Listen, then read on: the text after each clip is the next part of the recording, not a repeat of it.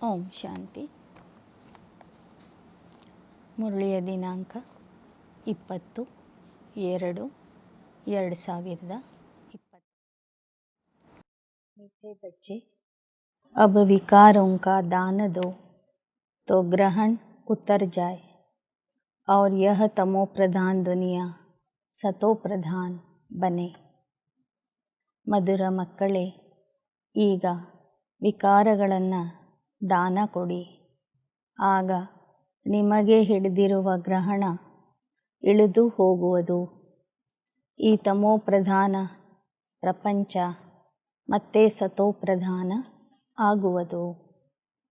प्रश्न: तुम बच्चों को किस बात से कभी भी तंग नहीं होना चाहिए? ನೀವು ಮಕ್ಕಳು ಯಾವ ವಿಷಯದ ಬಗ್ಗೆ ಯಾವತ್ತೂ ಸುಸ್ತು ಮಾಡ್ಕೋಬಾರ್ದು, ತಲೆ ಕೆಡಿಸ್ಕೋಬಾರ್ದು. उत्तर: तुम्हें अपनी लाइफ से कभी भी तंग नहीं होना चाहिए, क्योंकि यह हीरे जैसा जन्म गाया हुआ है, इनकी संभाल भी करनी है। तंदुरुस्त होंगे तो नॉलेज सुनते रहेंगे। ನಿಮ್ಮ ಜೀವನದ ಬಗ್ಗೆ ನಿಮಗೆ ಯಾವತ್ತೂ ಬೇಸರ ಆಗಬಾರದು. ಇದು ವಜ್ರ ಸಮಾನ ಜನ್ಮ ಆಗಿದೆ. ಈ ದೇಹವೂ ಕೂಡ ಬಹಳ ಅಮೂಲ್ಯವಾಗಿದೆ. ಇದರ ಸಂಭಾಲನೆಯನ್ನು ಮಾಡಬೇಕು. ಆರೋಗ್ಯದಿಂದ ಇದ್ದಾಗ ಮಾತ್ರ ಜ್ಞಾನ ಕೇಳಬಹುದು, ಸೇವೆ ಮಾಡಬಹುದು. यहाँ जितना दिन जिएंगे कमाई होती रहेगी, हिसाब किताब चुकतू होता रहेगा. ಎಷ್ಟು ಹೆಚ್ಚಿನ ದಿನಗಳ ಕಾಲ ಸಂಗಮ ಯುಗದಲ್ಲಿ ಬದುಕ್ತೇವೆ, ಅಷ್ಟೇ ಆದಾಯ ಆಗ್ತಾ ಇರ್ತದೆ. ಸಂಪಾದನೆ ಮಾಡ್ಕೊಳ್ತಾನೇ ಇರಬಹುದು, ಲೆಕ್ಕಾಚಾರಗಳನ್ನು ತೀರಿಸಬಹುದು. गीत। ओम नमः शिवाय। आज सतगुरुवार है, क्योंकि सत्य युग की स्थापना करने वाला भी है। आज गुरुवार है, तुम बच्चे कहेंगे सतगुरुवार। ಈ ದಿನ ಗುರುವಾರ ಆಗಿದೆ, ಆದರೆ ಮಕ್ಕಳು ನೀವು ಇದಕ್ಕೆ ಸದ್ಗುರುವಾರ ಅಂತ ಹೇಳ್ತೀರಿ. ಯಾಕೆ ಅಂದರೆ ಸತ್ಯಗುರು ಪರಮಾತ್ಮ ಸತ್ಯಯುಗದ ಸ್ಥಾಪನೆ ಮಾಡುವವನಾಗಿದ್ದಾನೆ. ಅವನ ವಾರವೇ ಸತ್ಯಗುರುವಾರ. सत्यनारायण की कथा भी सुनाते हैं प्रैक्टिकल में, नर से नारायण बनाते हैं, गाया भी जाता है सर्व का सद्गति दाता फिर वृक्षपति भी. ಆ ಸತ್ಯಗುರು ಪರಮಾತ್ಮ ಸತ್ಯನಾರಾಯಣ ಕಥೆ ಹೇಳ್ತಾನೆ, ನರನಿಂದ ನಾರಾಯಣ ಮಾಡಲಿಕ್ಕಾಗಿ. ಗಾಯನ ಇದೆ ಸರ್ವರ ಸದ್ಗತಿ ದಾತ, ಅವನಿಗೆ ವೃಕ್ಷಪತಿ ಅಂತಲೂ ಹೇಳಲಾಗ್ತದೆ. यह मनुष्य सृष्टि का झाड़ है, जिसको कल्प वृक्ष कहते. कल्प कल्प 5000 वर्ष बाद फिर से हूबहू रिपीट होता है. झाड़ भी रिपीट होता है ना. फूल 6 मास निकलते हैं, फिर माली लोग जड़ निकाल रख देते, फिर लगाते हैं तो फूल निकल पड़ते. ಗಿಡ ಮರಗಳು ಸಹ ಪುನಃ ಪುನಃ ಹೂಗಳನ್ನು ಕೊಡ್ತಾ ಇರ್ತವೆ, ರಿಪೀಟ್ ಆಗ್ತದೆ. ಹಾಗೆ 5000 ವರ್ಷಗಳ ಈ ಕಲ್ಪ ವೃಕ್ಷವೂ ಕೂಡ ರಿಪೀಟ್ ಆಗ್ತದೆ. ಒಂದೊಂದು ಸೀಸನಿಗೆ ಹೂಗಳು ಬರ್ತವೆ, ನಂತರ ಮತ್ತೆ ಆ ಎಲೆಗಳೆಲ್ಲ ಉದುರಿ ಹೋಗಿ ಮತ್ತೊಂದು ಸೀಸನ್ನಲ್ಲಿ ಮತ್ತೆ ಹೂಗಳು ಬರ್ತವೆ. अब यह बच्चे जानते हैं कि बाप की जयंती भी आधा कल्प मनाते हैं, आधा कल्प भूल जाते. भक्ति मार्ग में आधा कल्प याद करते. ತಂದೆಯ ಜಯಂತಿಯೂ ಕೂಡ ಅರ್ಧ ಕಲ್ಪದಿಂದ ಮಾಡ್ತಾ ಬಂದಿದ್ದೇವೆ. ಮೊದಲಿನ ಅರ್ಧ ಕಲ್ಪ ಪರಮಾತ್ಮನ ಜಯಂತಿ ಅಥವಾ ಶಿವರಾತ್ರಿಯನ್ನು ಮಾಡೋದಿಲ್ಲ. ಬಾಬಾ ಕಬ್ ಆಕರ್ ಗಾರ್ಡನ್ ಆಫ್ ಫ್ಲವರ್ಸ್ स्थापन करेंगे. दशाएं तो बहुत होती है ना. बृहस्पति की दशा, उतरती कला की भी दशाएं होती. इस समय भारत पर राहु का ग्रहण बैठा हुआ है. ಬಾಬಾ ಬಂದು ಹೂವಿನ ತೋಟವನ್ನು ಸ್ಥಾಪನೆ ಮಾಡ್ತಾ ಇದ್ದಾರೆ. ಈಗ ಈ ಜಗತ್ತಿನ ಮೇಲೆ, ನಮ್ಮ ಮೇಲೆ ಗುರುದಶೆ ಬಂದಿದೆ. ಇಳಿಯುವ ಕಲೆಯಲ್ಲಿ ಈಗ ಕೊನೆಗೆ ಗುರುದಶೆ ಬಂದಿದೆ. ಆದರೆ ಇಡೀ ಭಾರತಕ್ಕೆ ರಾಹು ಗ್ರಹಣ ಹಿಡಿದಿದೆ. ಮಕ್ಕಳನ್ನು ಬಿಟ್ಟರೆ ಉಳಿದವರ ಮೇಲೆ ರಾಹು ದಶೆ ಇದೆ. चंद्रमा को भी जब ग्रहण लगता है तो पुकारते हैं, दे दान तो छुटे ग्रहण. अब बाप कहते, यह 5 विकारों का दान दे दो तो छुटे ग्रहण. अभी सारी सृष्टि पर ग्रहण लगा हुआ है. 5 तत्वों पर भी ग्रहण लगा हुआ है, क्योंकि तमो प्रधान है. इडೀ ಜಗತ್ತಿಗೆ 5 ವಿಕಾರಗಳ ಗ್ರಹಣ ಹಿಡಿದಿದೆ. ಲೌಕಿಕದಲ್ಲೂ ಕೂಡ ಚಂದ್ರನ ಗ್ರಹಣ ಬಂದಾಗ ಹೇಳ್ತಾರೆ, ದಾನ ಕೊಟ್ಟರೆ ಗ್ರಹಣ ಬಿಟ್ಟು ಹೋಗ್ತದೆ ಅಂತ. ಈಗ ಬಾಬಾ ಹೇಳ್ತಾರೆ, 5 ವಿಕಾರಗಳನ್ನು ನೀವು ದಾನ ಕೊಟ್ಟರೆ ನಿಮಗೆ ಹಿಡಿದಿರುವಂಥ ಗ್ರಹಣ, ವಿಕಾರಗಳ ಗ್ರಹಣ ಬಿಟ್ಟು ಹೋಗ್ತದೆ. अब सृष्टि पुरानी तमो प्रधान हो गई है. छोटे बच्चे को भी सतो प्रधान महात्मा से भी ऊंच गिना जाता, क्योंकि उनमें 5 विकार नहीं रहते. भक्ति तो सन्यासी भी छोटेपन में करते. जैसे रामतीर्थ श्री कृष्ण का पुजारी था, फिर जब सन्यास लिया तो पूजा खलास. सृष्टि पर पवित्रता भी चाहिए ना. ಈ ತಮೋಪ್ರಧಾನ ಪ್ರಪಂಚದಲ್ಲಿ ಯಾರಾದರೂ ಸತೋಪ್ರಧಾನ ಇದ್ದಾರಂದರೆ ಅವರು ಚಿಕ್ಕ ಮಕ್ಕಳು. ಚಿಕ್ಕ ಮಕ್ಕಳಿಗೆ ಮಹಾತ್ಮರ ಸಮಾನ ಅಂತ ಹೇಳಲಾಗ್ತದೆ. ಯಾಕೆ ಅಂದರೆ ಮಕ್ಕಳಲ್ಲಿ 5 ವಿಕಾರಗಳು ಇರೋದಿಲ್ಲ. ಸನ್ಯಾಸಿಗಳು ಆದವರು ಕೂಡ ಪ್ರಾರಂಭದಲ್ಲಿ ಭಕ್ತಿ ಮಾಡ್ತಾರೆ. ಹೇಗೆ ರಾಮತೀರ್ಥ ಸ್ವಾಮಿಗಳು ತಮ್ಮ ಬಾಲ್ಯದಲ್ಲಿ ಶ್ರೀಕೃಷ್ಣನ ಪೂಜಾರಿಯಾಗಿದ್ದರು. ನಂತರ ಸನ್ಯಾಸ ಗ್ರಹಿಸಿದರು. ಸನ್ಯಾಸಿ ಆದ ನಂತರ ಪೂಜೆ ಮಾಡೋದನ್ನು ಬಿಟ್ಟರು. ಎಲ್ಲ ಕಡೆಗೂ ಪ್ರಚಾರ ಮಾಡ್ತಾ ಹೋದರು. ಈ ಸೃಷ್ಟಿಗೆ ಪವಿತ್ರತೆಯ ಅವಶ್ಯಕತೆ ಇತ್ತು. ಸನ್ಯಾಸಿಗಳು ತಮ್ಮ ಪವಿತ್ರತೆಯ ಬಲದಿಂದ ಭಾರತದ ರಕ್ಷಣೆ ಮಾಡಿದರು. भारत पहले सबसे पवित्र था. फिर जब देवताएं वाम मार्ग में जाते हैं तो फिर अर्थक्वेक आदि में सब स्वर्ग की सामग्री, सोने के महल आदि खलास हो जाते. फिर नए सिर बनने शुरू होते. ದೇವತೆಗಳು ವಾಮ ಮಾರ್ಗಕ್ಕೆ ಬಂದಾಗ ತ್ರೇತಾಯುಗ ಮತ್ತು ದ್ವಾಪರ ಯುಗದ ಮಧ್ಯದಲ್ಲಿ ಭೂಕಂಪ ನಡೀತದೆ.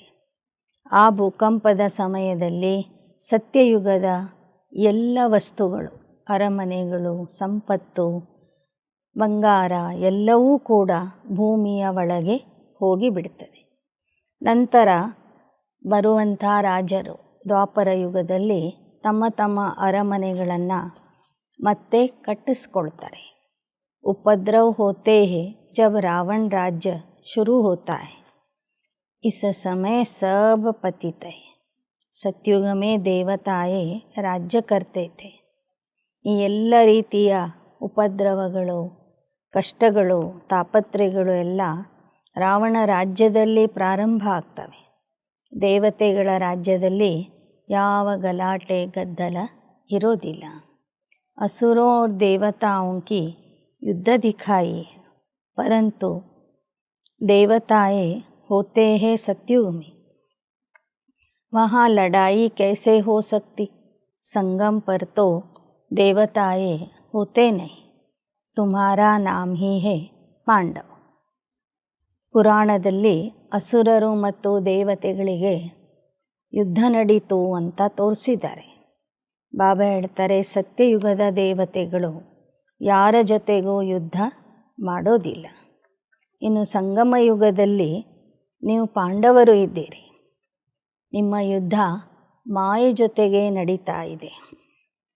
ಯಹ ಸಬ್ ಹೇ ಗಪೋಡೆ. ಸಂಗಮ ಯುಗದಲ್ಲಿ ದೇವತೆಗಳು ಇರೋದಿಲ್ಲ.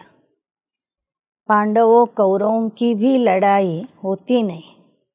कितना बड़ा झाड़ है, कितने अथाह पत्ते, उनका हिसाब थोड़े ही कोई निकाल सकते.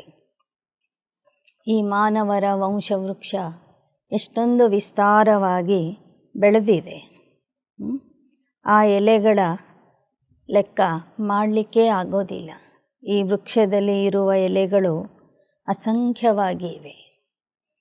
बाप बैठ आत्माओं को समझाते, आत्मा ही सुनकर कांध हिलाती. हम आत्माएं, बाबा हमको पढ़ाते, यह पक्का करना है. बाप हमें पतित से पावन बनाते. आत्मा में ही अच्छे बुरे संस्कार होते हैं न. ಈಗ ಬಾಬಾ ಬಂದು ನಮಗೆ ಎಲ್ಲ ರೀತಿಯ ಜ್ಞಾನ ಕೊಡ್ತಾ ಇದ್ದಾರೆ. ಆತ್ಮಜ್ಞಾನ ತಿಳಿಸ್ತಾರೆ. ಮಕ್ಕಳನ್ನು ಪತಿತರಿಂದ ಪಾವನ ಮಾಡ್ತಾರೆ. ಆತ್ಮದಲ್ಲಿಯೇ ಒಳ್ಳೆಯ ಹಾಗೂ ಕೆಟ್ಟ ಸಂಸ್ಕಾರಗಳು ರೆಕಾರ್ಡ್ ಆಗಿರ್ತವೆ. ಆತ್ಮ ಆರ್ಗನ್ಸ್ ದ್ವಾರ कहती, बाबा हमको पढ़ाते. बाप कहते हमको भी ऑर्गन्स चाहिए जिससे मैं समझाऊं. ಆತ್ಮ ದೇಹದ ಮೂಲಕ ಜ್ಞಾನ ಕೇಳ್ತದೆ. ಪರಮಾತ್ಮನಿಗೂ ಜ್ಞಾನ ಹೇಳಲಿಕ್ಕೆ ಒಂದು ದೇಹ ಅಥವಾ ಅಂಗಾಂಗಗಳು ಬೇಕು. आत्मा को खुशी होती है कि हम बाप के सामने बैठे. मधुबन की महिमा है. आत्माओं का बाप तो वह है न. सब उनको बुलाते. तुमको यहाँ सन्मुख बैठने में मज़ा आता है, परंतु यहाँ सब तो रह नहीं सकते. ತಂದೆಯ ಸನ್ಮುಖದಲ್ಲಿ ಕುಳಿತಾಗ ಮಕ್ಕಳಿಗೆ ಬಹಳ ಖುಷಿ ಆಗ್ತದೆ. ಆದರೆ ಎಲ್ಲರೂ ಮಧುಬನದಲ್ಲಿನೇ ಕೂತ್ಕೊಳ್ಳಿಕ್ಕಾಗೋದಿಲ್ಲ. अपनी कारोबार सर्विस आदि को भी देखना है. आत्माएं सागर के पास आती है, धारण कर फिर जाए औरों को सुनाना है. ಆತ್ಮರು ಪರಮಾತ್ಮ ಸಾಗರನ ಹತ್ತಿರ ಹೋಗಿ ಜ್ಞಾನ ಜಲವನ್ನು ನಮ್ಮಲ್ಲಿ ತುಂಬಿಕೊಂಡು ಧಾರಣೆ ಮಾಡಿಕೊಂಡು ಮತ್ತೆ ಬಂದು ನಮ್ಮ ನಮ್ಮ ಸ್ಥಳದಲ್ಲಿ ಆ ಜ್ಞಾನವನ್ನು ಹೇಳಬೇಕು. नहीं तो औरों का कल्याण कैसे करेंगे. ನಾವು ಕೇಳಿದ್ದನ್ನು ಜನರಿಗೆ ಹೇಳಲಿಲ್ಲ ಅಂದರೆ ಅನೇಕರ ಕಲ್ಯಾಣ ಹೇಗೆ ಆಗಬೇಕು. ಯೋಗಿ तो ज्ञानी तो आत्मा को शौक रहता है, हम जाकर औरों को भी समझाए. ಯೋಗಿ ಮತ್ತು ಜ್ಞಾನಿ ಆತ್ಮರಿಗೆ ಬಹಳ ಆಸಕ್ತಿ ಇರ್ತದೆ. ನಾವು ಅನೇಕರಿಗೆ ಜ್ಞಾನ ತಿಳಿಸಬೇಕು ಎಂಬ उत्साह ಇರ್ತದೆ. अब शिव जयंती मनाई जाती है. भगवान वाच्य श्री कृष्ण के लिए नहीं कह सकते, वह तो दैवी गुण वाला मनुष्य है. ಭಗವಾನ ವಾಚ್ಯ ಅಂದ್ರೇ ಶಿವನ ಭಗವಾನ ವಾಚ್ಯ. ಶ್ರೀಕೃಷ್ಣನಿಗೆ ಪರಮಾತ್ಮ ಅಂತ ಹೇಳಲಿಕ್ಕೆ ಆಗೋದಿಲ್ಲ.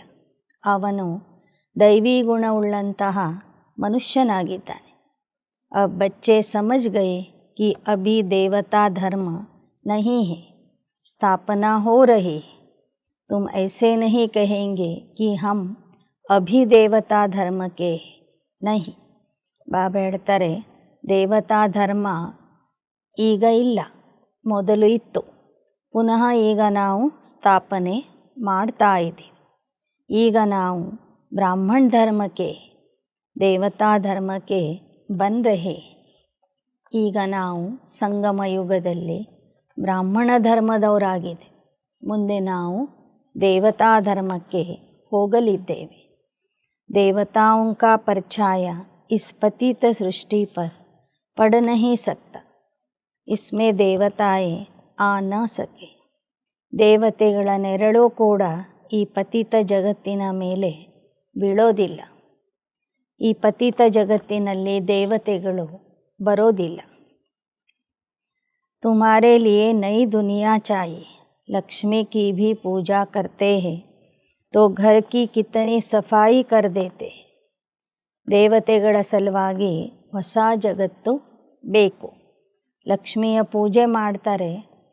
ಅವತ್ತೂ ಕೂಡ ಇಡೀ ಮನೆಯನ್ನು ಬಹಳ ಸ್ವಚ್ಛ ಮಾಡ್ತಾರೆ.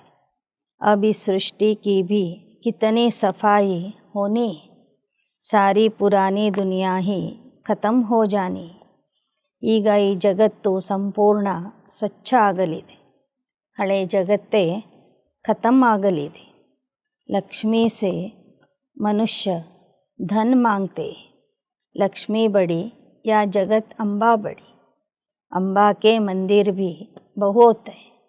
ಲಕ್ಷ್ಮಿಯ ಹತ್ತಿರ ಹಣ ಕೇಳ್ತಾರೆ.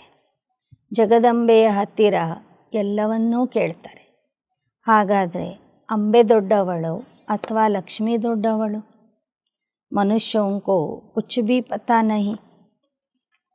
ಲಕ್ಷ್ಮಿಯ ಮಂದಿರಗಳು ಕಡಿಮೆ ಇವೆ, ಜಗದಂಬೆಯ ಮಂದಿರಗಳು ಜಾಸ್ತಿ ಇವೆ. ಈಗ ಬಾಬಾ ಹೇಳ್ತಾರೆ, ಮನುಷ್ಯರಿಗೆ ಏನು ಗೊತ್ತಿಲ್ಲ. ಲಕ್ಷ್ಮಿ ಸ್ವರ್ಗದಲ್ಲಿ ಬರ್ತಾಳೆ. और जगदम्बा जिसको सरस्वती कहते हो वह संगम में है. वही जगदम्बा फिर यह लक्ष्मी बनती.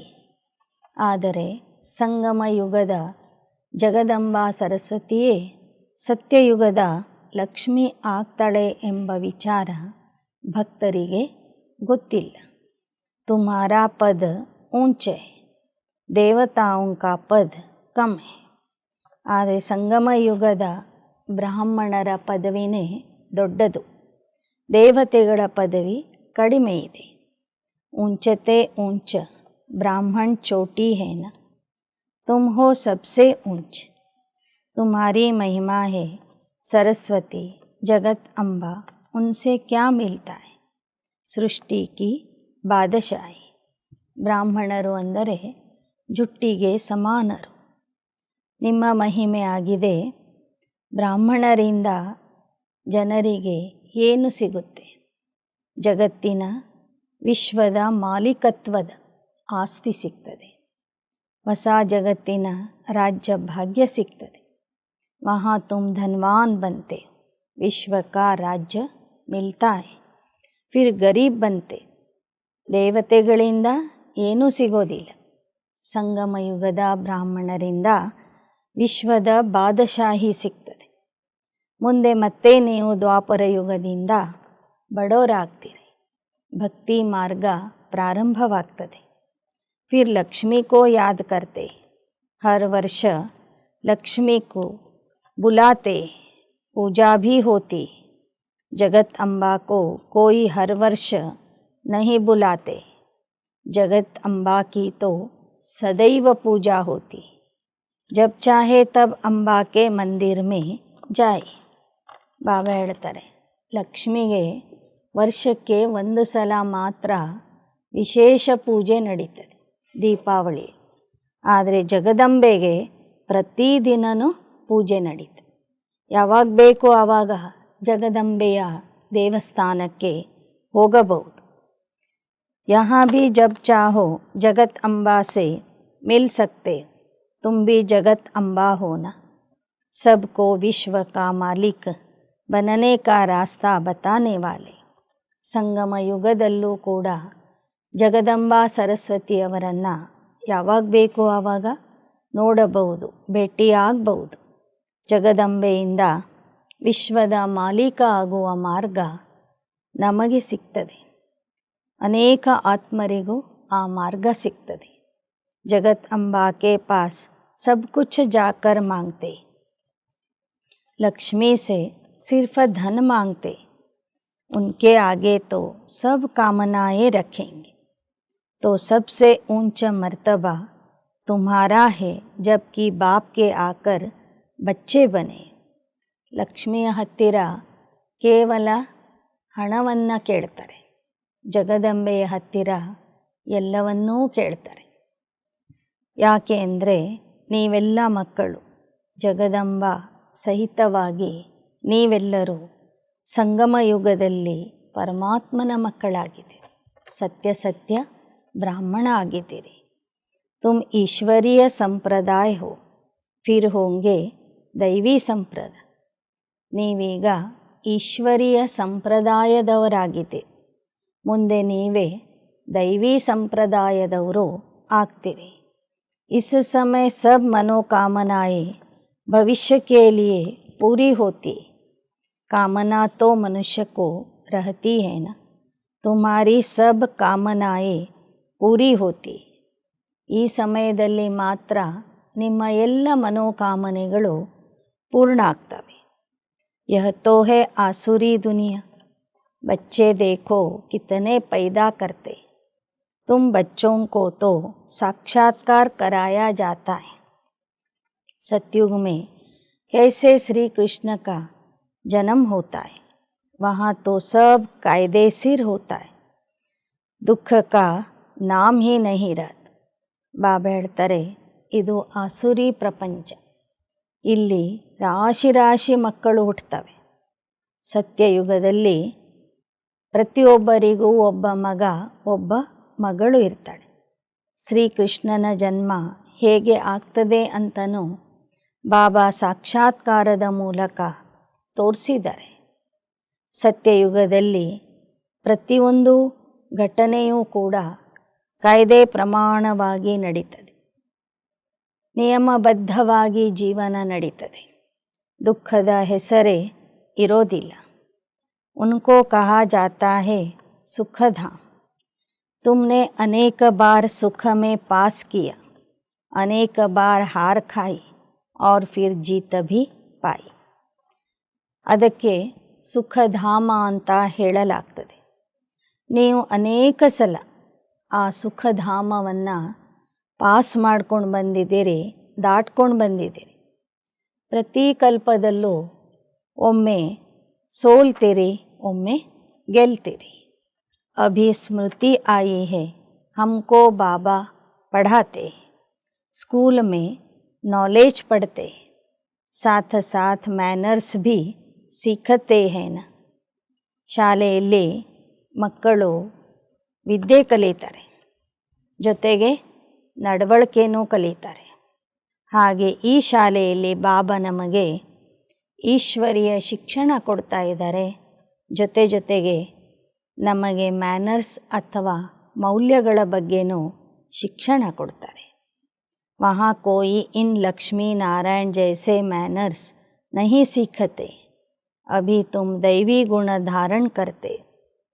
ಲೌಕಿಕದ ಶಾಲೆಗಳಲ್ಲಿ ಲಕ್ಷ್ಮೀನಾರಾಯಣರ ಸಮಾನ ಗುಣಗಳನ್ನು ಯಾರೂ ಕಲಿಸೋದಿಲ್ಲ.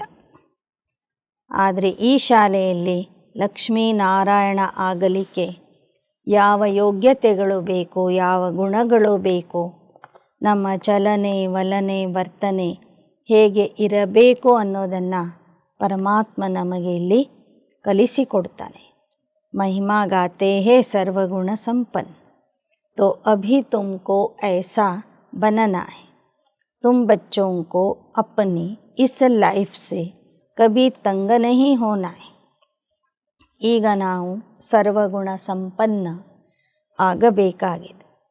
ನಮ್ಮ ಜೀವನದ ಬಗ್ಗೆ ನಮಗೆ ಎಂದೂ ಬೇಸರ ಬರಬಾರದು, ನಿರಾಶೆ ಆಗಬಾರದು. क्योंकि यह हीरे जैसा जन्म गाया हुआ है. इनकी संभाल करनी होती है. तंदुरुस्त होंगे तो नॉलेज सुनते रहे. बीमारी में भी सुन सकते, बाप को याद कर सकते. यहाँ जितना दिन जिएंगे सुखी रहेंगे. कमाई होती रहेगी, हिसाब किताब चुक्तू होता रहे. ಸಂಗಮ ಯುಗದ ಈ ದೇಹವೂ ಕೂಡ ವಜ್ರ ಸಮಾನ ದೇಹ ಆಗಿದೆ. ಜೀವನವೂ ಕೂಡ ವಜ್ರ ಸಮಾನ ಜೀವನ ಆಗಿದೆ. ಆದ್ದರಿಂದ ಈ ದೇಹದ ಸಂಭಾಲನೆ ಮಾಡಬೇಕು. ಎಲ್ಲಿಯವರೆಗೆ ದೇಹ ಗಟ್ಟಿ ಇರ್ತದೆ ಅಲ್ಲಿಯವರೆಗೆ ಜ್ಞಾನ ಕೇಳಬಹುದು, ಸೇವೆ ಮಾಡಬಹುದು. ಸಣ್ಣ ಪುಟ್ಟ ಕಾಯಿಲೆಗಳು ಬಂದ್ರೂ ಸಹ ಅದನ್ನು ಯೋಗ ಬಲದಿಂದ ಚುಕ್ತು ಮಾಡ್ಬೋದು. बच्चे कहते हैं बाबा सतयुग कब आएगा, यह बहुत गंदी दुनिया है. बाप कहते अरे पहले कर्मातीत अवस्था तो बनाओ.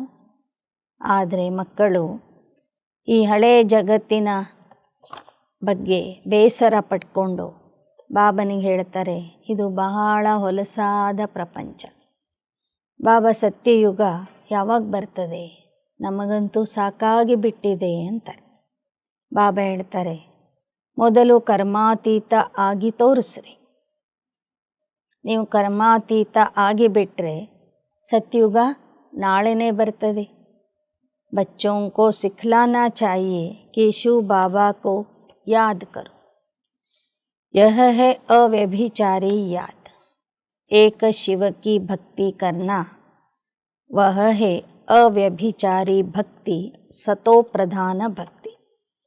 ಎಲ್ಲರೂ ಮೊದಲು ಆ ಶಿವ ತಂದೆಯನ್ನು ನೆನಪು ಮಾಡಿರಿ. ಒಬ್ಬನಿಗೆ ಬಿಟ್ಟು ಇನ್ಯಾರನ್ನೂ ನೆನಪು ಮಾಡಬೇಡಿ. ಮೊದಲು ಶಿವನ ಅವ್ಯಭಿಚಾರಿ ಭಕ್ತಿ ನಡೀತು. ಅದಕ್ಕೆ ಸತೋಪ್ರಧಾನ ಭಕ್ತಿ ಅಂತ ಹೇಳಲಾಗ್ತಿತ್ತು. ಫಿರ್ ದೇವತಾओं को याद करना वह है सतो भक्ति. ಮೊದಲು ಕೇವಲ ಏಕದೇವ ಉಪಾಸನೆ ನಡೀತು, ಒಬ್ಬ ಶಿವನ ಭಕ್ತಿ ನಡೀತು. ನಂತರ ದೇವತೆಗಳ ಭಕ್ತಿ ನಡೀತು. ಅದಕ್ಕೆ ಸತೋ ಭಕ್ತಿ ಅಂತ ಹೇಳಲಾಗ್ತದೆ. ಏಕದೇವ ಉಪಾಸನೆಗೆ ಸತೋ ಪ್ರಧಾನ ಭಕ್ತಿ ಅಂತ ಹೇಳಲಾಗ್ತದೆ. ದೇವತೆಗಳ ಉಪಾಸನೆಗೆ ಸತೋ ಭಕ್ತಿ ಅಂತ ಹೇಳಲಾಗ್ತದೆ. अब बाप कहते उठते बैठते मुझ बाप को याद करो. बाप याद करते हैं. बाप अभी स्मृति दिलाते, तुम याद करते आए हो. हे दुख हरता ಸುಖ ಕರ್ತಾ ಆವು. ಬಾಬಾನೇ ನಮಗೆ ನೆನಪು ಮಾಡಿಸಿಕೊಡ್ತಾರೆ. ಮಕ್ಕಳೇ, ನೀವೇ ನನ್ನನ್ನು ಕರೆದಿದ್ದೀರಿ, ಈಗ ನನ್ನನ್ನು ನೆನಪು ಮಾಡಿರಿ. ಹೇ ಸುಖ ಕರ್ತಾ ದುಃಖ ಹರ್ತಾ, ಬಂದು ನಮ್ಮ ದುಃಖ ದೂರ ಮಾಡು ಅಂತನೂ ಕೇಳಿದ್ದೀರಿ. ಬಾಪ್ ಕಹತೆ ತುಮಕೋ ಶಾಂತಿ ಧಾಮ್ ಲೇ ಜಾऊंगा, फिर सुख धाम में तुमको साथ नहीं देता, साथ अभी ही देता. ಬಾಬಾ ಹೇಳ್ತಾರೆ, ನಿಮಗೆ ದುಃಖದಿಂದ ದೂರ ಮಾಡಿ ಶಾಂತಿಧಾಮಕ್ಕೆ ಕರ್ಕೊಂಡು ಹೋಗ್ತೀನಿ, ನಂತರ ಸುಖಧಾಮಕ್ಕೆ ಕಳಿಸ್ತೀನಿ. ಆ ಸುಖಧಾಮದಲ್ಲಿ ನಿಮ್ಮ ಜೊತೆಗೆ ನಾನು ಇರೋದಿಲ್ಲ. ಸಂಗಮ ಯುಗದಲ್ಲಿ ಮಾತ್ರ ನಾನು ನಿಮ್ಮ ಜೊತೆಗೆ ಇರ್ತೀನಿ. सभी आत्माओं को घर ले जाता हूँ. मेरा अभी पढ़ाने का साथ है, फिर वापस घर ले जाने का साथ है. बस मैं अपना परिचय तुम बच्चों को अच्छी रीति बैठ सुनाता हूँ. ಈಗ ಓದಿಸುವಾಗ ನಿಮ್ಮ ಜೊತೆಗಿರ್ತೀನಿ, ಮನೆಗೆ ಕರ್ಕೊಂಡು ಹೋಗುವಾಗ ಜೊತೆಗಿರ್ತೀನಿ. ಸತ್ಯಯುಗದಲ್ಲಿ ಮಾತ್ರ ನಿಮ್ಮ ಜೊತೆಗೆ ಬರೋದಿಲ್ಲ. ಈಗ ನಾನು ನಿಮಗೆ ಶಿಕ್ಷಣ ಕೊಡ್ತಿದ್ದೀನಿ. समझ तो बाप बहुत देते, जितना हो सके मुझे याद करो तो विकर्म विनाश होंगे और उड़ने के पंख मिल जाएंगे. ಬಾಬಾ ಪ್ರತಿದಿನವೂ ಮಕ್ಕಳಿಗೆ ಹೊಸ ಹೊಸ ರೀತಿಯಿಂದ ತಿಳಿಸ್ತಾರೆ. ಎಷ್ಟು ಸಾಧ್ಯವೋ ಅಷ್ಟು ನನ್ನನ್ನು ನೆನಪು ಮಾಡಿರಿ, ಆಗ ನಿಮ್ಮ ವಿಕರ್ಮಗಳು ವಿನಾಶ ಆಗಿ ನಿಮಗೆ ಹಾರುವ ರೆಕ್ಕೆಗಳು ಸಿಗ್ತವೆ. ಈಗ ಆತ್ಮನ ರೆಕ್ಕೆಗಳು ಹೋಗಿಬಿಟ್ಟಿವೆ. ಆತ್ಮ ತೋ ಏಕ छोटी बिंदी है, आत्मा को कोई ऐसे पंख नहीं, लेकिन याद के बल से उड़ने लगती. ಆತ್ಮಕ್ಕೆ ರೆಕ್ಕೆಗಳು ಬರ್ತವೆ ಅಂದರೆ ಸ್ಥೂಲವಾಗಿ ಯಾವ ರೆಕ್ಕೆಗಳು ಬರೋದಿಲ್ಲ. ಆದರೆ ಎಷ್ಟೆಷ್ಟು ವಿಕರ್ಮ ಕಳೀತದೆ, ಯೋಗ ಬಲದಿಂದ ಆತ್ಮ ಹಗೂರಾಗಿ ಹಾರಲಿಕ್ಕೆ ಶುರು ಮಾಡ್ತದೆ. ಆತ್ಮ ತೋ ಛೋಟಿ ಬಿಂದಿ ಹೈ. आत्मा में कैसे 84 जन्मों का पार्ट नोंधा हुआ है, यह भी मैं बताता.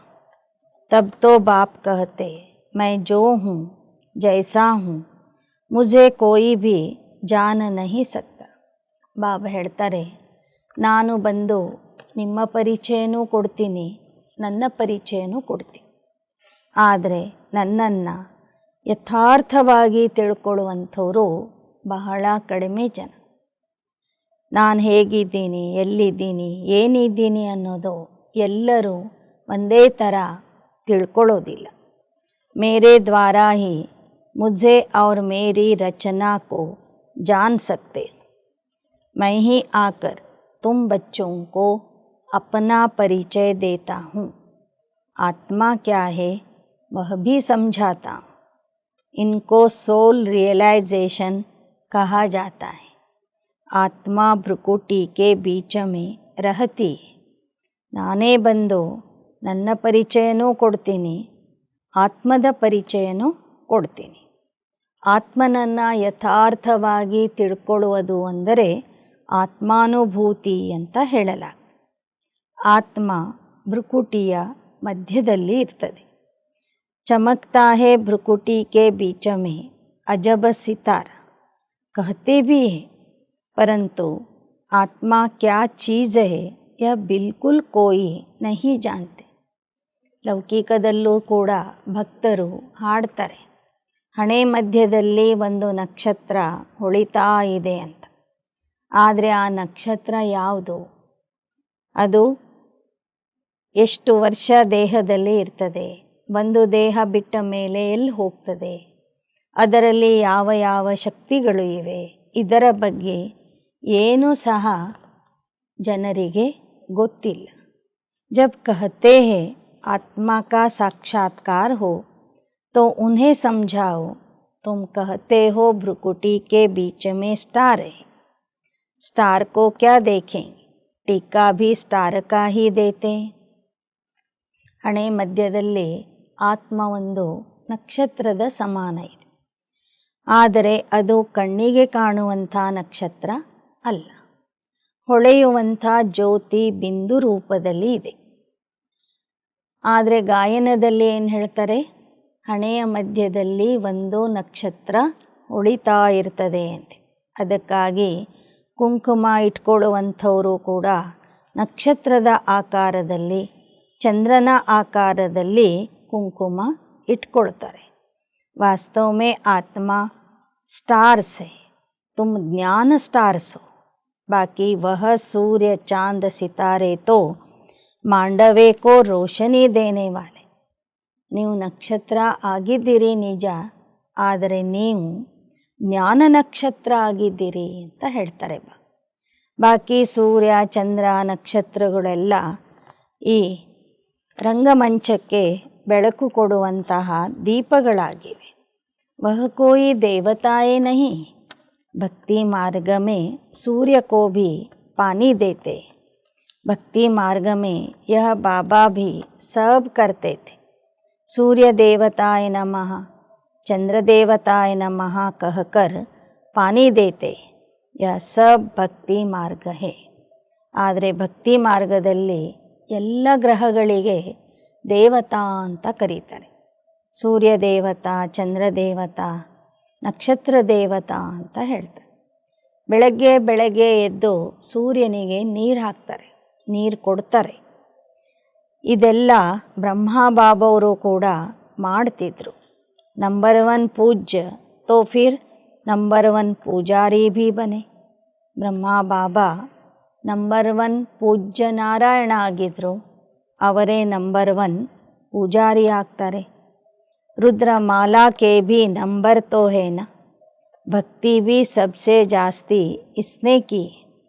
ರುದ್ರಮಾಲೆಯಲ್ಲಿ ನಾವೆಲ್ಲ ಮಕ್ಕಳು ನಂಬರ್ ವಾರ್ ಇದ್ದೇವಲ್ವ, ಅದರಲ್ಲಿ ಮೊದಲನೇ ಸ್ಥಾನದಲ್ಲಿ ಬ್ರಹ್ಮ ಬಾಬಾ ಇದ್ದಾರೆ. ಭಕ್ತಿಯೂ ಕೂಡ ಬ್ರಹ್ಮ ಬಾಬಾ ಎಲ್ಲರಕ್ಕಿಂತ ಜಾಸ್ತಿ ಮಾಡಿದ್ದಾರೆ.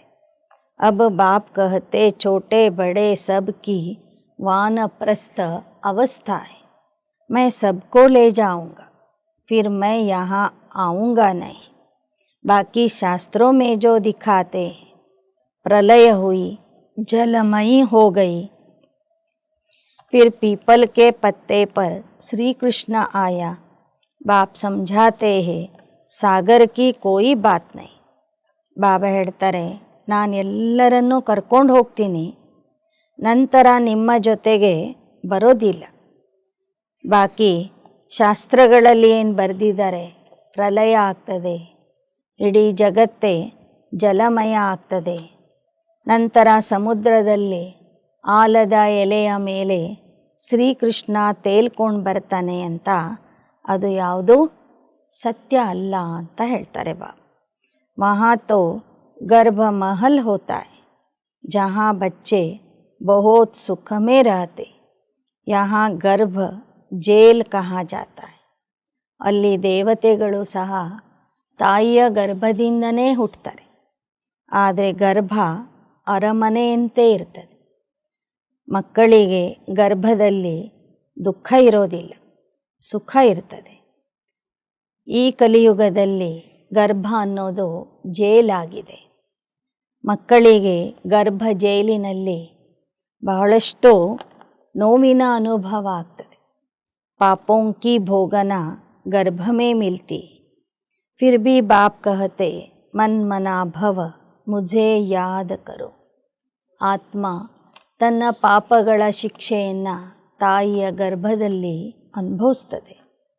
ಈಗ ಬಾಬಾ ಹೇಳ್ತಾರೆ, ಮನ್ಮನಾಭವ, ನನ್ನನ್ನು ನೆನಪು ಮಾಡಿ.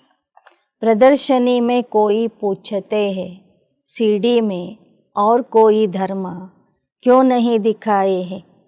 बोलो औरों के 84 जन्म तो है नहीं, सब धर्म झाड़ में दिखाए. ಏಣಿಯ ಚಿತ್ರದಲ್ಲಿ ಎಲ್ಲ ಧರ್ಮಗಳ ಬಗ್ಗೆ ಏನೂ ತೋರಿಸಿಲ್ಲ. ಧರ್ಮಗಳ ವಿಷಯ ಏಣಿಯ ಚಿತ್ರದಲ್ಲಿ ಬರೋದಿಲ್ಲ. ಧರ್ಮಗಳ ವಿಷಯ ಕಲ್ಪವೃಕ್ಷದ ಚಿತ್ರದಲ್ಲಿ ಬರ್ತದೆ. उसमें तुम अपना हिसाब निकालो तो कितने जन्म लिए होंगे. ಯಾಕೆ ಅಂದರೆ 84 ಜನ್ಮಗಳನ್ನು ಎಲ್ಲ ಧರ್ಮದವರು ಪಡ್ಕೊಳ್ಳೋದಿಲ್ಲ, ದೇವತಾ ಧರ್ಮದವರು ಮಾತ್ರ ಪಡ್ಕೊಳ್ತಾರೆ. ಆದ್ದರಿಂದ ದೇವತೆಗಳ 84 ಜನ್ಮಗಳ ಕಥೆ ಅಂತ ಏಣಿಯ ಚಿತ್ರದಲ್ಲಿ ದೇವತೆಗಳ ಇತಿಹಾಸ ಬರ್ತದೆ. ಕಲ್ಪವೃಕ್ಷದ ಚಿತ್ರದಲ್ಲಿ ಎಲ್ಲ ಧರ್ಮಗಳ ಇತಿಹಾಸನೂ ಬರ್ತದೆ. हमको तो सीढ़ी 84 जन्मों की दिखानी, बाकी सब चक्र में और झाड़ में दिखाए. ದ್ವಾಪರ ಯುಗದ ನಂತರ ಉಳಿದ ಧರ್ಮದವರು ಬರ್ತಾರೆ. ಅಲ್ಲಿಂದ ಅವರೇ ಲೆಕ್ಕ ಮಾಡಿಕೊಳ್ಳಿ, ಅವರು ಎಷ್ಟು ಜನ್ಮಗಳಲ್ಲಿ ಬರ್ತಾರೆ ಅಂತ. ಬುದ್ಧಿ ಮೇ ಆ ಜಾತಾ ಹೇ ನ, जैसे लंदन कहाँ है, फलाना शहर कहाँ है, तो बाप भी कितना सहज कर समझाते. फलाना धर्म कब आता है, फलाना धर्म कब आता है, तो सभी को बताओ कि यह 84 का चक्र ऐसे फिरता है. ಹೇಗೆ ಭೂಗೋಳದ ಜ್ಞಾನ ಅಥವಾ ಶಿಕ್ಷಣ ಕೊಡುವಂಥವರು ಒಂದೊಂದು ನಗರವನ್ನು ತೋರಿಸಿ ಹೇಳ್ತಾರೆ, ಇದು ಭಾರತದ ಪೂರ್ವಕ್ಕೆ ಇದೆ, ಲಂಡನ್ ಭಾರತದ ಪಶ್ಚಿಮಕ್ಕೆ ಇದೆ.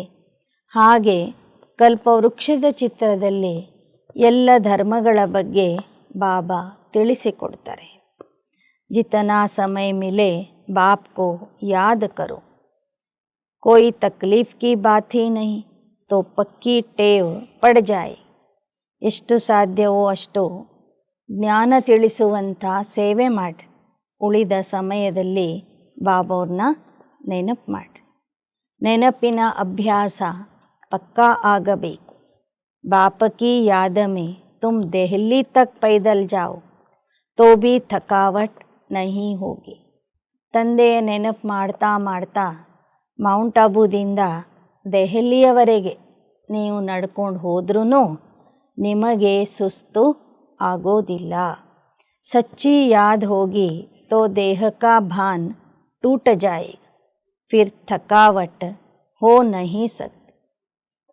ನಿಮ್ಮ ನೆನಪು ಸರಿ ಇತ್ತು ಅಂದರೆ ದೇಹದ ಅಭಿಮಾನನೇ ಅಲ್ಲಿ ಇರೋದಿಲ್ಲ, ದೇಹದ ಭಾವನೆ ಇರೋದಿಲ್ಲ. ನಾನು ದೇಹ ಅನ್ನೋದನ್ನೇ ನೀವು ಮರ್ತು ಬಿಡ್ತೀರಿ. ಆಗ ಸುಸ್ತೇ ಆಗೋದಿಲ್ಲ. पिछाड़ी में आने वाले और ही याद में तीखे जाएंगे. ಇನ್ನು ಮುಂದೆ ಬರುವಂಥ ಮಕ್ಕಳು, ಕೊನೆಗೆ ಬರುವಂಥವರು ಇನ್ನೂ ಹೆಚ್ಚಿನ ವೇಗದಿಂದ ಪುರುಷಾರ್ಥ ಮಾಡ್ತಾರೆ. ನೆನಪಿನ ವಿಷಯದಲ್ಲೂ ಸಹ ನಿಮಗಿಂತ ಅವರು ಮುಂದೆ ಹೋಗ್ತಾರೆ, ಮುಂದೆ ಹೋಗ್ಬಹುದು. ಅಚ್ಚ मीठे मीठे सिकिलदे बच्चों प्रति मात पिता बाप दादा का याद प्यार और गुड मॉर्निंग. रूहानी बाप की रूहानी बच्चों को नमस्ते. रूहानी बच्चों की रूहानी बाप दादा को याद प्यार गुड मॉर्निंग और नमस्ते नमस्ते नमस्ते.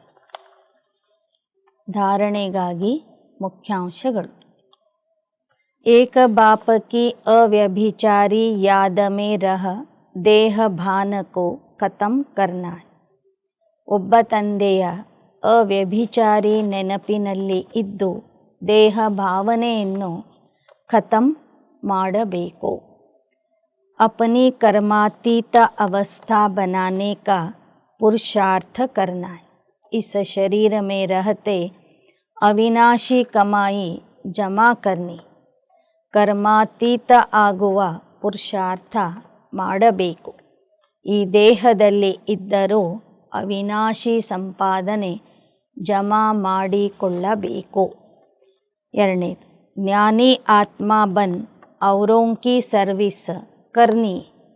बाप से जो सुना है उसे धारण कर दूसरों को सुनाना है. ಜ್ಞಾನಿ ಆತ್ಮ ಆಗಿ ಅನೇಕರ ಸೇವೆ ಮಾಡಬೇಕು. ತಂದೆಯಿಂದ ಏನನ್ನ ಕೇಳಿರ್ತೀರಿ ಅದನ್ನು ಧಾರಣೆ ಮಾಡಿಕೊಂಡು ಅನ್ಯರಿಗೂ ತಿಳಿಸಬೇಕು. पांच विकारों का दान दे राहु के ग्रहण से मुक्त होना. 5 ವಿಕಾರಗಳನ್ನು ದಾನ ಕೊಟ್ಟು 5 ವಿಕಾರಗಳ ಗ್ರಹಣ ಏನು ಹಿಡಿದಿದೆಯೋ ಅದರಿಂದ ಮುಕ್ತ ಆಗಬೇಕು. वरदान.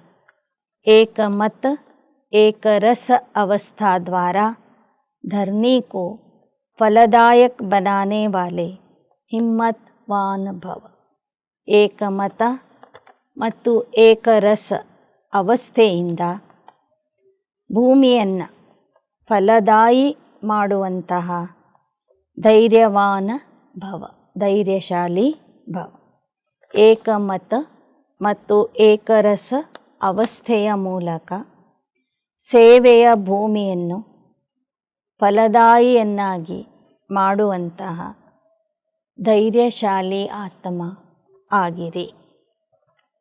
जब आप बच्चे हिम्मतवान बनकर संगठन में एक मत और एक रस अवस्था में रहते व एक ही कार्य में लग जाते हो तो स्वयं भी सदा प्रफुल्लित रहते और धरनी को भी फलदायक बनाते.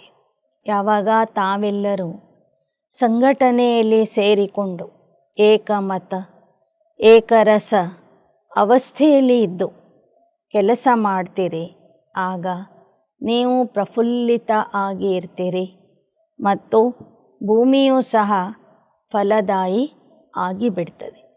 ಆಗ ನೀವು ಮಾಡುವಂತಹ ಸೇವೆಯಲ್ಲಿ ನಿಮಗೆ ಸಂಪೂರ್ಣ ಸಫಲತೆಯ ಪ್ರಾಪ್ತಿಯಾಗ್ತದೆ. जैसे आजकल साइंस द्वारा अभी अभी बीज डाला अभी अभी फल मिला, ऐसे ही साइलेंस के बल से सहज और तीव्र गति से प्रत्यक्षता देखेंगे. जब स्वयं निर्विघ्न एक बाप की लगन में मगन एक मत और एक रस रहेंगे तो अन्य आत्माएं भी स्वतः सहयोगी बनेगी और धरनी ಫಲದಾಯಕ ಹೋ ಜಾಯೆ. ಹೇಗೆ ವಿಜ್ಞಾನಿಗಳು ಈಗೀಗ ಬೀಜ ಹಾಕ್ತಾರೆ, ಕೆಲವೇ ದಿನಗಳಲ್ಲಿ ಫಲವನ್ನು ಪಡ್ಕೊಳ್ತಾರೆ, ಹಾಗೆ ಶಾಂತಿಯ ಬಲ ಉಳ್ಳವರು ಈಗೀಗ ಸೇವೆ ಮಾಡಿರಿ, ಈಗೀಗ ಪ್ರತ್ಯಕ್ಷತೆಯ ಫಲ ಪಡೆಯಿರಿ. ಯಾವಾಗ ಎಲ್ಲರೂ ನಿರ್ವಿಘ್ನ ಆಗಿ ಏಕಮತದಿಂದ ಏಕರಸ ಸ್ಥಿತಿಯಲ್ಲಿ ಇದ್ದು ಸೇವೆ ಮಾಡ್ತೀರಿ, ಆಗ ಅನೇಕ ಆತ್ಮರು ನಿಮಗೆ ಸಹಯೋಗಿ ಆಗ್ತಾರೆ. ಭೂಮಿ ಫಲದಾಯಿ ಆಗಿಬಿಡ್ತದೆ. श्लोगन. जो अभिमान को शान समझ लेते हैं वह निर्माण नहीं रह सकते हैं. ಯಾರು ಅಭಿಮಾನನೇ ನನ್ನ ಒಂದು ಸ್ಥಾನ ಅಂತ ತಿಳ್ಕೊತಾರೆ, ನಶೆ ಅಂತ ತಿಳ್ಕೊತಾರೆ, ಅವರು ನಿರ್ಮಾಣ ಆಗಿ ನಮ್ರತೆಯಿಂದ ಇರಲಿಕ್ಕೆ ಆಗೋದಿಲ್ಲ. ಅಭಿಮಾನ ಅಂದ್ರೇ ನನ್ನ ಒಂದು ಕಿರೀಟ ಅಂತ ತಿಳ್ಕೊತಾರೆ, ಅಲಂಕಾರ ಅಂತ ತಿಳ್ಕೊತಾರೆ, ಅವರು ನಮ್ರತೆಯಿಂದ ಇರೋದಿಲ್ಲ. ಅವ್ಯಕ್ತ ಇಶಾರೆ. एकांत प्रिय बनो, एकता और एकाग्रता को अपनाओ. ಏಕಾಂತ ಪ್ರಿಯ ಆಗಿರಿ, ಏಕತೆ ಮತ್ತು ಏಕಾಗ್ರತೆಯನ್ನು ಅಳವಡಿಸಿಕೊಳ್ಳಿರಿ. एकांतवासी और रमणीकता दोनों शब्दों में बहुत अंतर है, लेकिन संपूर्णता में दोनों की समानता रहे. जितना ही एकांतवासी उतना ही फिर साथ साथ रमणीकता भी हो. एकांत में रमणीकता गायब नहीं होनी चाहिए. दोनों समान और साथ साथ रहे.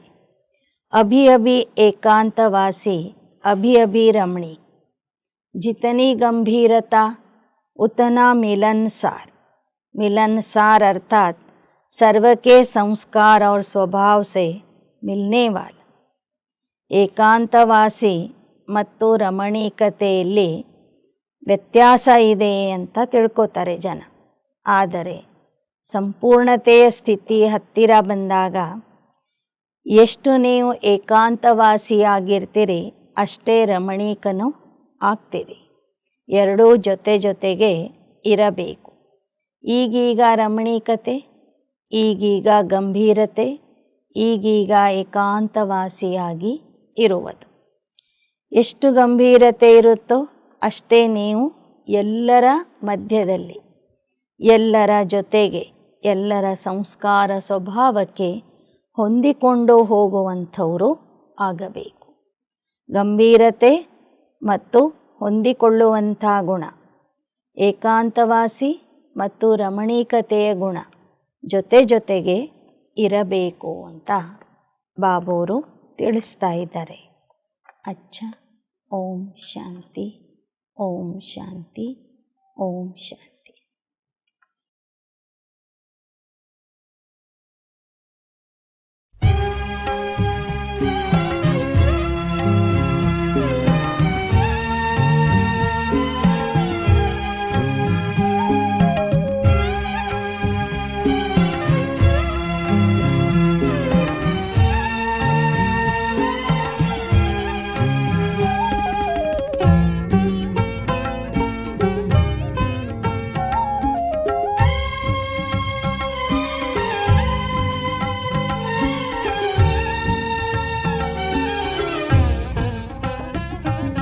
ಮುದ್ದು ಕಂದ, ಮುದ್ದು ಕಂದ, ಮುದ್ದು ಕಂದ, ಮುದ್ದು ಕಂದ, ನನ್ನೊಬ್ಬನನ್ನೇ ನೀನು ನೆನಪು ಮಾಡು ಕಂದ, ನನ್ನೊಬ್ಬನನ್ನೇ ನೀನು ನೆನಪು ಮಾಡು ಕಂದ, ಬೇರಾರು ಇಲ್ಲ ನಿನಗೆ ನೋಡು ಕಂದ, ಬೇರಾರು ಇಲ್ಲ ನಿನಗೆ ನೋಡು ಕಂದ. ಮುದ್ದು ಕಂದ, ಮುದ್ದು ಕಂದ, ಮುದ್ದು ಕಂದ, ಮುದ್ದು ಕಂದ.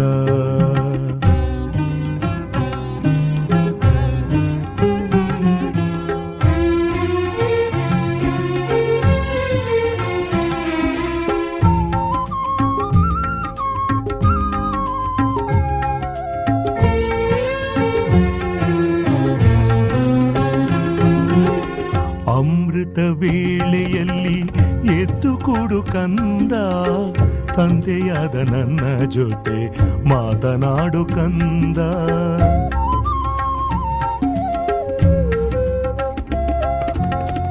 ಅಮೃತ ವೇಳೆಯಲ್ಲಿ ಎದ್ದು ಕೂಡು ಕಂದ, ತಂದೆಯಾದ ನನ್ನ ಜೊತೆ ಮಾತನಾಡು ಕಂದ. ದೇಹಾಭಿಮಾನವನ್ನು ಬಿಟ್ಟು ಬಿಡು ಕಂದ, ದೇಹಾಭಿಮಾನವನ್ನು ಬಿಟ್ಟು ಬಿಡು ಕಂದ. ದೇಹಿಯಾಗಿ ನನ್ನ ಜೊತೆಗೆ ಮಾತನಾಡು ಕಂದ, ದೇಹಿಯಾಗಿ ನನ್ನ ಜೊತೆಗೆ ಮಾತನಾಡು ಕಂದ, ಮಾತನಾಡು ಕಂದ, ಮುದ್ದು ಕಂದ, ಮುದ್ದು ಕಂದ, ಮುದ್ದು ಕಂದ, ಮುದ್ದು ಕಂದ.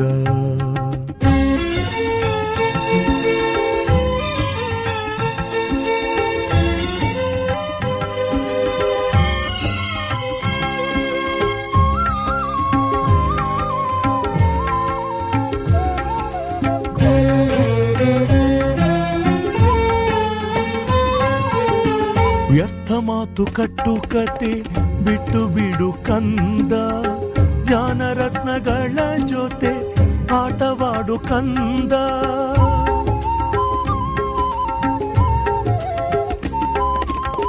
ವ್ಯರ್ಥ ಮಾತು ಕಟ್ಟುಕತೆ ಬಿಟ್ಟು ಬಿಡು ಕಂದ, ಜ್ಞಾನರತ್ನಗಳ ಜೊತೆ ಆಟವಾಡು ಕಂದ.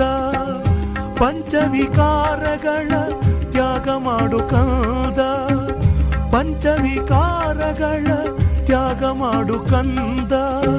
ಶ್ರೀಮತ ಬಿಟ್ಟರೆ ನಿನಗೆ ಕೇಡು ನೋಡು ಕಂದ, ಶ್ರೀಮತ ಬಿಟ್ಟರೆ ನಿನಗೆ ಕೇಡು ನೋಡು ಕಂದ, ಕೇಡು ನೋಡು ಕಂದ, ಮುದ್ದು ಕಂದ, ಮುದ್ದು ಕಂದ, ಮುದ್ದು ಕಂದ, ಮುದ್ದು ಕಂದ.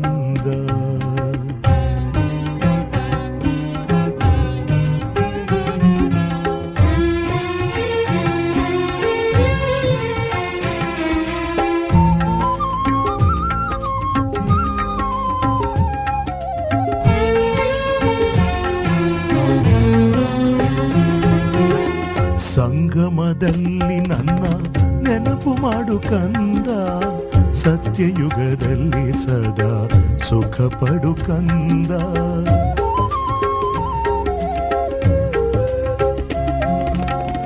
ಸಂಗಮದಲ್ಲಿ ನನ್ನ ನೆನಪು ಮಾಡು ಕಂದ, ಸತ್ಯಯುಗದಲ್ಲಿ ಸದಾ ಸುಖ ಪಡು ಕಂದ. ನನ್ನಂಥ ತಂದೆ ಯಾರು ಇಲ್ಲ ನೋಡು ಕಂದ, ನನ್ನಂಥ ತಂದೆ ಯಾರು ಇಲ್ಲ ನೋಡು ಕಂದ. ಕ್ಷಣ ಕ್ಷಣಕ್ಕೂ ನನ್ನನ್ನೇ ನೆನಪು ಮಾಡು ಕಂದ, ಕ್ಷಣ ಕ್ಷಣಕ್ಕೂ ನನ್ನನ್ನೇ ನೆನಪು ಮಾಡು ಕಂದ, ನೆನಪು ಮಾಡು ಕಂದ, ಮುದ್ದು ಕಂದ, ಮುದ್ದು ಕಂದ, ಮುದ್ದು ಕಂದ, ಮುದ್ದು ಕಂದ. ನನ್ನೊಬ್ಬನನ್ನೇ ನೀನು ನೆನಪು ಮಾಡು ಕಂದ, ಬೇರಾರು ಇಲ್ಲ ನಿನಗೆ ನೋಡು ಕಂದ. ಮುದ್ದು ಕಂದ, ಮುದ್ದು ಕಂದ, ಮುದ್ದು ಕಂದ, ಮುದ್ದು ಕಂದ.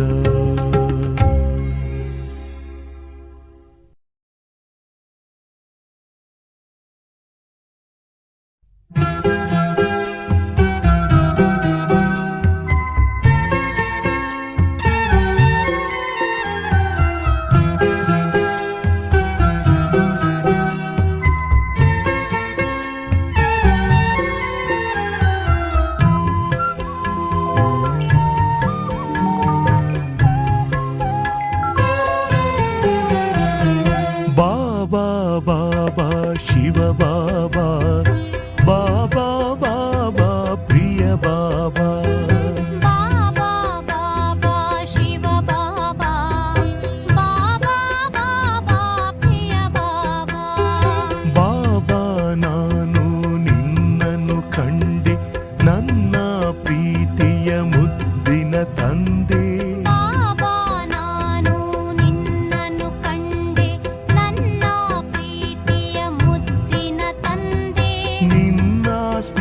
ಸ್ನೇಹಕ್ಕೆ ಮನಸೋತು ನಿನ್ನಯ ಬಳಿ ಬಂದೆ ಬಾಬಾ, ನಿನ್ನಯ ಬಳಿ ಬಂದೆ.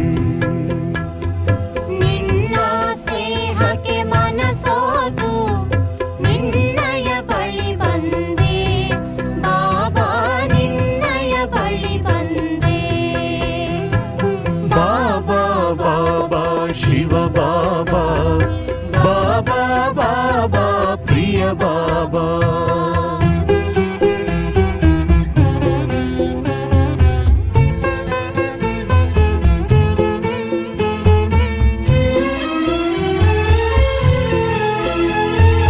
ಭಕ್ತಿಯ ಮಾಡುತ್ತ ಹುಡುಕುತ್ತ ಬಂದೆ, ಶಿಲೆಯೆಲ್ಲ ನೀನೆಂದು ಅರಿತುಕೊಂಡೆ. ಭಕ್ತಿಯ ಮಾಡುತ್ತ ಹುಡುಕುತ್ತ ಬಂದೆ, ಶಿಲೆಯಲ್ಲ ನೀನೆಂದು ಅರಿತುಕೊಂಡೆ. ಸಂಗಮಯುಗದಲ್ಲಿ ನಿನ್ನನ್ನು ಪಡೆದೆ ನಿನ್ನಯ ಬಳಿ ಬಂದೆ ಬಾಬಾ, ನಿನ್ನಯ ಬಳಿ ಬಂದೆ. ಸಂಗಮ ಯುಗದಲ್ಲಿ ನಿನ್ನನ್ನು ಪಡೆದೆ ನಿನ್ನಯ ಬಳಿ ಬಂದೆ ಬಾಬಾ, ನಿನ್ನಯ ಬಳಿ ಬಂದೆ. ಬಾಬಾ ಬಾಬಾ ಶಿವ ಬಾಬಾ, ಬಾಬಾ ಬಾಬಾ ಪ್ರಿಯ ಬಾಬಾ.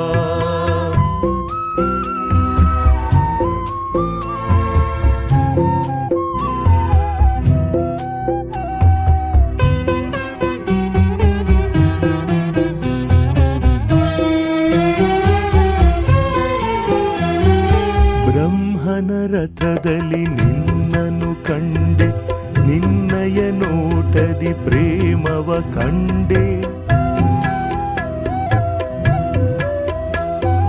ಬ್ರಹ್ಮನ ರಥದಲ್ಲಿ ನಿನ್ನನ್ನು ಕಂಡೆ, ನಿನ್ನಯ ನೋಟದಿ ಪ್ರೇಮವ ಕಂಡೆ.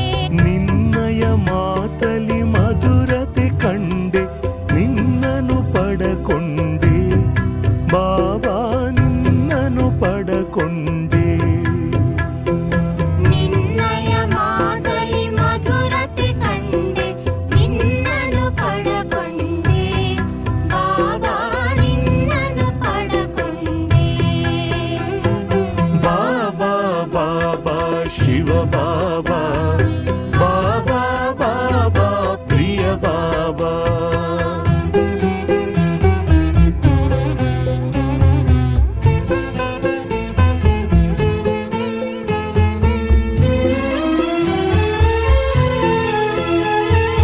ನಿರಾಕಾರ ನಿನ್ನ ನಿಜವ ಕಂಡೆ, ಸಾಕಾರದಿ ಪ್ರೀತಿಯ ಕಂಡೆ.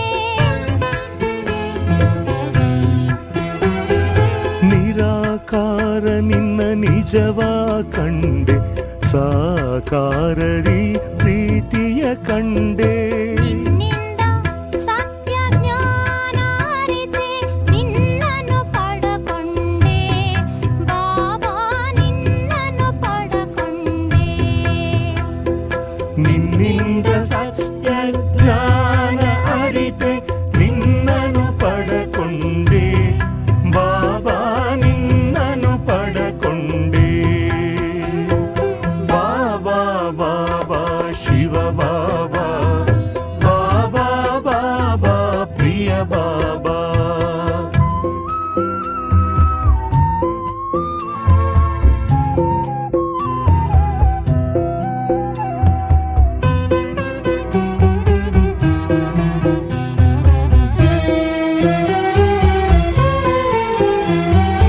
ಮೂಲ ಲೋಕದ ಬಿಂದು ತಂದೆ, ಈ ಲೋಕದಲ್ಲಿ ಪಾತ್ರವ ಕಂಡೆ.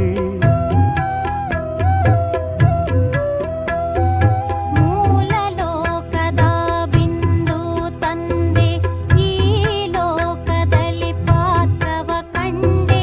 ಮನದಲ್ಲಿ ನಿನ್ನನ್ನೇ ತುಂಬಿಕೊಂಡೆ, ನಿನ್ನಯ ಬಳಿ ಬಂದೆ